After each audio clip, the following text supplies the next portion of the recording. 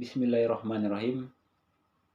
Assalamualaikum warahmatullahi wabarakatuh. Salam sejahtera bagi kita semua. Mudah-mudahan kita selalu dalam lindungan Allah Subhanahu wa taala dan diberikan kesehatan jasmani dan rohani. Baiklah, terima kasih kepada dosen pengampu kami yaitu Pak Agung Tri Putranto STMM yang telah memberikan tugas ini. Mudah-mudahan menjadikan kami menambah wawasan dan menjadikan kami lebih maju. Terima kasih juga kepada rekan-rekan yang telah hadir menyaksikan video ini, dan mudah-mudahan kami harapkan apa yang kami sampaikan menjadikan wawasan baru bagi kita semua. Kita sama-sama belajar dan ini menjadi suatu wawasan untuk kita ke depan. Baiklah, saya akan memperkenalkan kami dari kelompok 3. Terdiri dari 3 orang, yaitu saya sendiri Marsan, lalu ada rekan saya Ade Muhtamar dan Muhammad Toha Trirohandi. Di sini kami akan membahas materi keempat, yaitu tentang Business Process Improvement atau yang disingkat dengan BPI. Nah, ada beberapa pokok pembahasan yang akan kami sampaikan di sini, yaitu definisi Business Process Improvement, lalu ada tujuan Business Process Improvement, karakteristik Business Improvement, fase-fase Business Process Improvement, analisa proses, dan terakhir nanti ada kesimpulan. Business Process Improvement. Business Process Improvement atau proses perbaikan bisnis merupakan kerangka perencanaan lanjutan yang dibangun untuk membantu organisasi dalam membuat kemajuan yang signifikan dalam melaksanakan proses bisnisnya. Nah, proses ini juga dapat disebut sebagai proses perbaikan fungsional yang dapat membantu meningkatkan proses bisnis dalam suatu perusahaan. BPI akan memberikan suatu sistem yang akan membantu dalam proses penyederhanaan atau streamlining proses-proses bisnis dengan memberi jaminan bahwa pelanggan internal dan eksternal dari organisasi akan mendapat output yang jauh lebih baik. Nah, adapun tujuan dari Business Process Improvement ini ada beberapa, yaitu pertama, memperbaiki dan mengoptimalkan proses bisnis yang ada, yang akan menghasilkan organisasi yang dijalankan secara lebih efisien dan menyediakan layanan berkualitas tinggi dan kepuasan pelanggan. Lalu yang kedua, mengeliminasi kesalahan-kesalahan, memberikan perusahaan keuntungan yang kompetitif dengan meningkatkan proses bisnis, memenuhi permintaan pelanggan dan tujuan bisnis yang lebih efektif. Business Process Improvement dapat diartikan sebuah kombinasi dari berbagai langkah, mencakup proses analisa, identifikasi masalah, dan cara mengimplementasikan dari peningkatan dari bisnis yang telah berjalan. BPI juga mencakup berbagai alat yang dapat digunakan untuk melakukan evaluasi kekurangan yang terjadi dalam bisnis. Dengan menggunakan BPI dapat mencari tahu potensial keuntungan yang belum dilakukan oleh perusahaan, serta yang dapat berdampak pada optimalisasi biaya. Nah, adapun kelebihan Business Process Improvement. Kelebihan Business Process Improvement yang pertama yaitu 1. Menghemat biaya. Kenapa menghemat biaya? Dengan menggunakan teknik dan alat Business Process Improvement, maka prosedur perusahaan akan dapat dijalankan lebih cepat, sehingga memberikan keuntungan bagi bisnis karena berjalan lebih cepat. Maka ada pengurangan biaya terhadap aktivitas maupun bahan yang tidak dibutuhkan lagi. Namun tetap bisa melakukan aktivitas yang menghasilkan nilai terbaik melalui BPI. Perusahaan bisa menghemat biaya dan dapat menggunakannya untuk hal lain. Lalu kelebihan yang kedua, meningkatkan produktivitas. BPI mampu untuk membantu mengurangi proses pekerjaan yang sifatnya repetitif maupun tidak penting. Salah satu cara yang bisa dilakukan adalah dengan memberikan karyawan aplikasi maupun software khusus yang telah dimodifikasi sesuai dengan kebutuhan pekerjaan karyawan. Dengan ini, karyawan dapat bekerja secara efektif sehingga memberikan nilai bagi perusahaan. Lalu kelebihan yang ketiga, memberikan kepuasan bagi konsumen dan karyawan. BPI mampu membuat perusahaan untuk mencapai kegiatan operasional yang lebih efisien maupun berjalan secara lancar. Maka dengan menggunakan BPI, pastinya karyawan akan merasa lebih nyaman dan senang karena tidak perlu melakukan tugas yang kurang penting lagi, sehingga mengurangi beban kerja bagi dan waktu mereka untuk hal-hal yang kurang memiliki dampak. Sehingga bisa berfokus pada kegiatan lain yang memiliki nilai lebih dan memberikan kepuasan bagi konsumen sendiri juga ikut merasakan dampak positif, yaitu merasakan pelayanan yang lebih cepat dan baik. Lalu kelebihan yang keempat, bebas resiko. Otomatisasi yang dilakukan oleh perusahaan sebagai salah satu bentuk implementasi BPI membuat terjadinya kemungkinan human error yang terjadi dalam bisnis lebih rendah, yang tentunya membuat proses bisnis lebih efisien. Tak hanya itu, bisnis juga dihindarkan dari kemungkinan kecurangan yang dilakukan oleh karyawan, dan BPI mampu membantu perusahaan melindungi data mereka. Baik, untuk selanjutnya akan disampaikan oleh rekan saya yaitu Muhammad Toha Sri Rohandi. Saya persilahkan. Karakteristik bisnis proses improvement. Adanya proses owner, yaitu orang yang bertanggung jawab atas kinerja suatu proses. Adanya batasan yang jelas, ruang lingkup proses. Adanya hubungan internal dan pertanggungjawaban yang jelas. Adanya prosedur tugas-tugas kerja, kebutuhan pelatihan terdokumentasi. Memiliki ukuran dan sistem feedback pada setiap aktivitas. Karakter bisnis proses improvement memiliki ukuran dan target yang berhubungan dengan pelanggan. Memiliki perubahan prosedur resmi, adanya waktu siklus yang diketahui, dapat mengetahui hasil yang akan dicapai perusahaan. Fase bisnis proses improvement.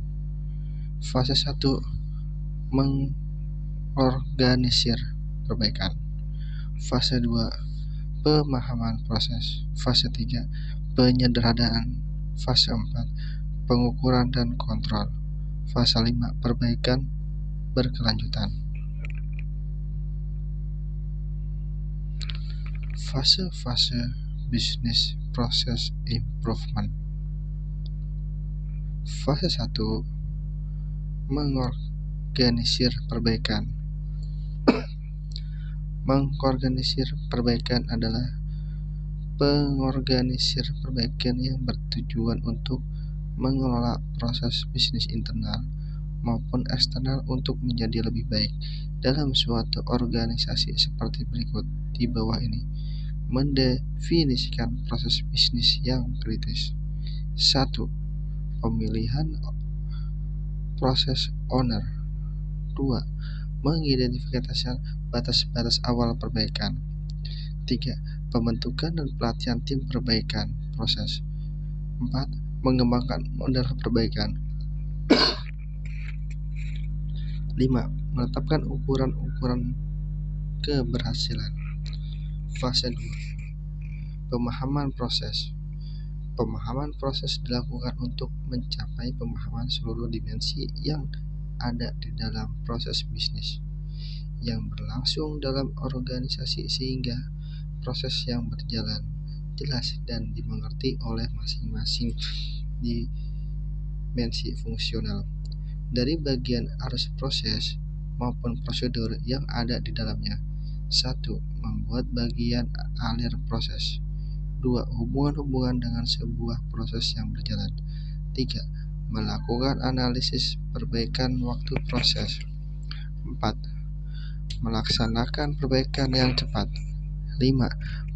Pengaturan proses dan prosedur. Fase-fase bisnis proses improvement di fase ketiga ini penyederhanaan. Penyederhanaan proses adalah proses yang dilakukan untuk menyederhanakan proses dengan mengurangi waktu proses, menstandarisasi maupun memperbarui proses yang semuanya bertujuan untuk memperbaiki efisiensi, efektivitas, dan adaptabilitas dari proses bisnis yang berjalan. 1. Menyederhanakan proses. 2. Pemilihan proses yang dikehendaki. 3. Mengurangi birokrasi. 4. Mengupdate peralatan. 5. Standarisasi proses. 6. Mengurangi waktu proses. Fase 4. Pengukuran dan kontrol. Pengukuran dan pengontrolan proses bisnis dilakukan untuk mengontrol jalan proses bisnis dengan melakukan pemeriksaan dan pengukuran terhadap prediksi target yang ingin dicapai oleh organisasi. 1. Mengembangkan pengukuran proses dan target yang dicapai. 2. Menyediakan sistem umpan balik. 3. Melakukan pemeriksaan proses secara berkala.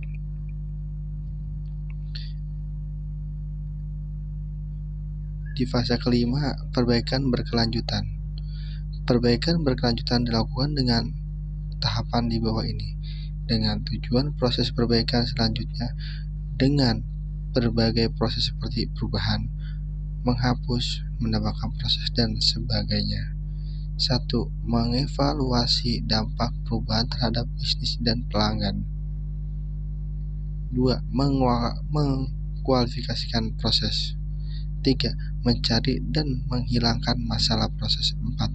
Studi banding proses. 5. Melihat kembali kualifikasi secara berkelanjutan. Analisa proses. Analisis proses bisnis merupakan mengidentifikasi dan mengevaluasi proses atau alur kerja untuk memahami bagaimana proses tersebut diatur.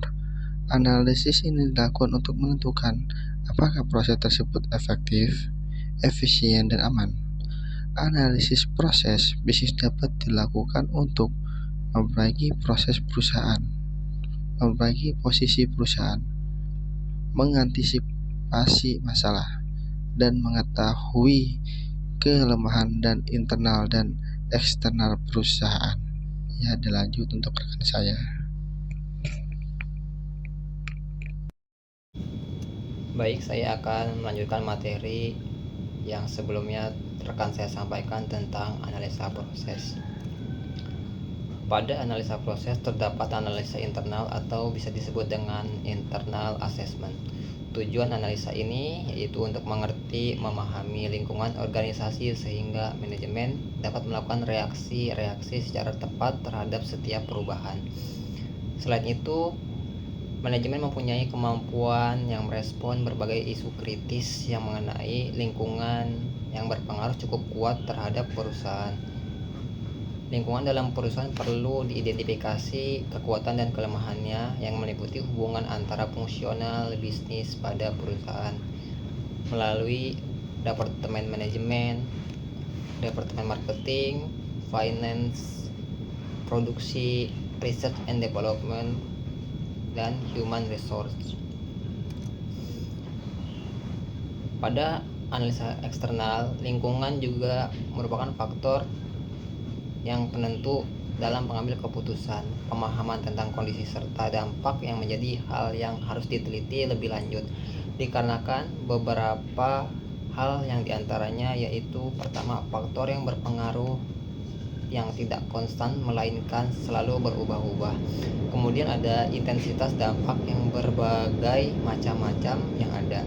Kemudian ada kondisi eksternal yang berada di luar kemampuan organisasi yang sulit untuk dikendalikan. Pada analisa eksternal dapat beberapa faktor eksternal yang perlu diperhatikan dalam pengambilan suatu keputusan. Yang pertama yaitu kedudukan kompetitif perusahaan.